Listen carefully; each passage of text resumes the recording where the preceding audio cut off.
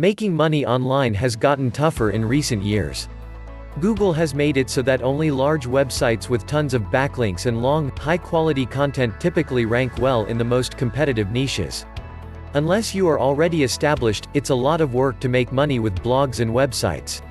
But there's one easy way to take advantage of the current climate, and that is to offer your services as a freelance designer. Offering services is a great way to make money without having to compete with millions of other websites in a single market, and without having to spend huge amounts of money on ads. In fact, you don't need a single penny to get started as long as you already have a computer, internet connection, and some basic design software. Even if you don't, there are workarounds. For example, you can rent a pretty decent laptop or desktop computer from a place like Aaron's, use free internet at a library or coffee shop, and rent software through Adobe Creative Cloud for a few bucks per month. You don't even have to have great design skills. It's possible to make decent money as a designer with little to no existing skill. Just watch a few tutorial videos on YouTube, and you'll be creating basic graphics in no time. You can always move into more complex designs as your skills progress. Ready to learn how to make money as a designer? Let's begin. Getting started before you can make money as a freelance designer, there are a few things you must have. If you're reading this, you probably already have all of these, or at least most of them. If not, we'll talk about a few ways to get what you need without spending thousands of dollars up front. Here's what you need, at minimum. 1. A decent computer. You can't get away with using a computer with very low specs, unfortunately. Today's graphics software packages all use considerable resources, so using a 10-year-old laptop with 4 GB of memory just isn't going to work. 2. Decent internet. Again, you can't use really slow internet and expect to do well. Graphic files are often quite large, and a very slow connection is going to frustrate you very quickly. You need at least a 3 megabits per second connection to be productive. 3. Design software. Adobe Photoshop is highly recommended, as there is more support in the form of tutorials, add-ons, etc. So what if you're missing part of these things? Let's talk about some of the ways you can get access to the things you need to get started. Computer. It's imperative to have a decent computer if you want to design graphics, because most software packages used by designers require a lot of system resources to function properly. You'll need a decent processor, at least 6 to 8 gigabytes of memory, and a good graphics card, at minimum. It's also helpful to have a larger hard drive, as the files you'll need to store on it will often be quite large. However, you can get around this requirement by either using an external hard drive to store a lot of your files, or using cloud storage like Dropbox. Getting a decent computer doesn't necessarily have to mean spending hundreds of dollars up front. A lot of people can't afford to buy a new computer outright.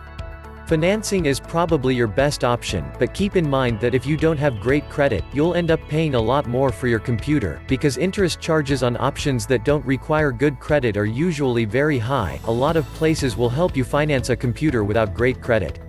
Here are a few places to consider: greater than http://www.aarons.com, greater than http://www.hhgreg.com, greater than http://www.rentacenter.com, greater than http://www.leaseville.com.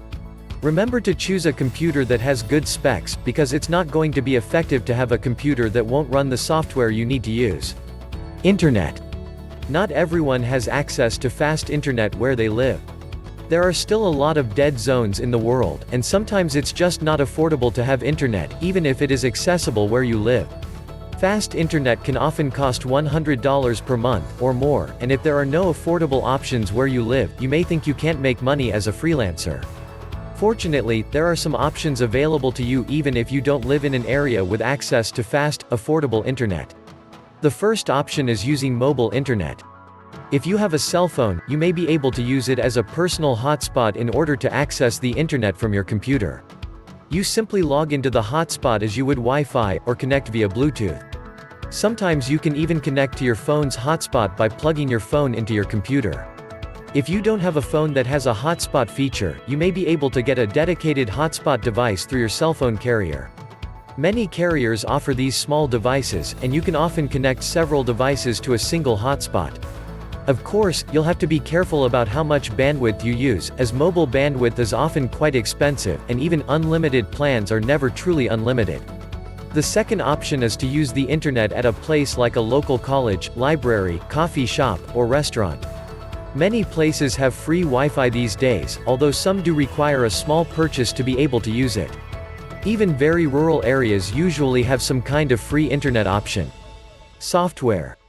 Okay, software is a bit trickier, because aside from theft, which I obviously do not condone, there's no way to really get the type of software you need for free. You could try to get by using free alternatives, but keep in mind that there won't be as much support for free software. If you look for tutorials and add-ons, there just isn't likely to be anywhere near the variety you'd find for software like Adobe Photoshop. If you insist on using free software, I recommend GIMP, greater than https://www.gimp.org/. As far as free graphics software, GIMP is the most powerful option, and has the most support of any free program. If you're looking for power and support, Photoshop is the way to go. Fortunately, you no longer have to shell out hundreds of dollars upfront to buy the software. You can simply get onto a monthly plan through the Adobe Creative Cloud program.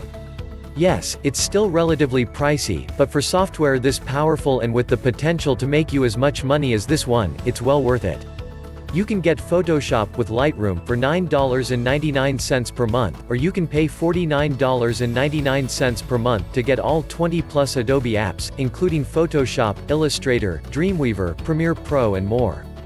Greater than https://creative.adobe.com/plans. There's also special pricing for students, so if you happen to have a student ID card, you can get a better monthly price. For example, students can get the $49.99 plan for just $29.99.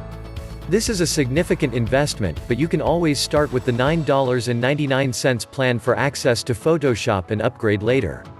The basic plan will be fine when you're just getting started, unless you plan to also offer video editing or logo creation, in which case you'd need other apps like Premiere and Illustrator.